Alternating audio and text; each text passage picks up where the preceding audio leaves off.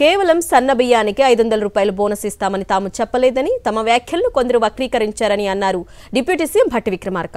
సన్న బియ్యంతో బోనస్ మొదలు పెడతామని మాత్రమే తాము చెప్పామని స్పష్టం చేశారు.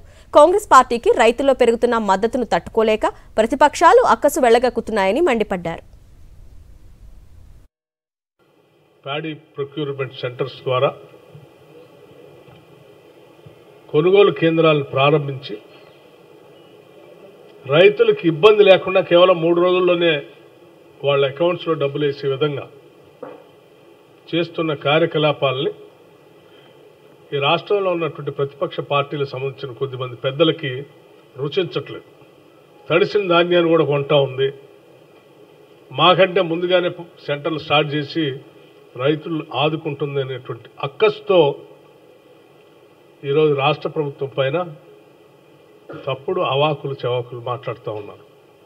తడిసినా కొంటది, మొలకలెత్తినా కూడా అదే ఎంఎస్పీ రేట్తో కొంటది. మీరు నెలల తరబడి కొన్నటువంటి ధాన్యానికి డబ్బులు ఇచ్చేవాళ్ళు కాదు. మేము కేవలం 3 రోజుల్లో రైతు అకౌంట్లోకి డబ్బులు వేస్తాం. సన్న బియ్యం కొనుగోలు 500 బోనస్తో మొదలు పెడతామని చెప్పాం. ఏం చెప్పాం? సన్న ఒడ్లు ధాన్యం పండించేటువంటి వాళ్ళని 500 బోనస్తో మొదలు పెడతామని చెప్పాం. సన్న బియ్యానికే 500 ఇస్తున్నారు అని చెప్తా ఉన్నారు. నేను చెప్పేది ఏంటంటే సన్న ధాన్యం కొనుగోలుతో మొదలు పెడుతున్నాం అన్నాం. ధాన్యాన్ని మేము మొదలు పెట్టేదాన్ని మీకు ముందు సమాచారం ఇస్తున్నాం. తెలంగాణలో కొత్తగా యూ ట్యాక్స్ పేరిట వసూళ్లు జరుగుతున్నాయని సంచలన వ్యాఖ్యలు చేశారు బీజేఎల్పీ నేత ఎల్లెటి మహేశ్వర్ రెడ్డి. తాజాగా రైస్ మిల్లర్లు యూ ట్యాక్స్ పేరు మీద 500 కోట్లు వసూలు చేసి మంత్రి ఉత్తమ్ కుమార్ రెడ్డికి ఇచ్చారని ఆరోపించారు. అందులో 100 కోట్లను ఎన్నికల ఖర్చుల కోసం ఉత్తమ్ ఢిల్లీకి పంపారని, సీఎం రేసులో తాను కూడా ఉన్నానని చెప్పేందుకు ఉత్తమ్ ప్రయత్నిస్తున్నారని అన్నారు.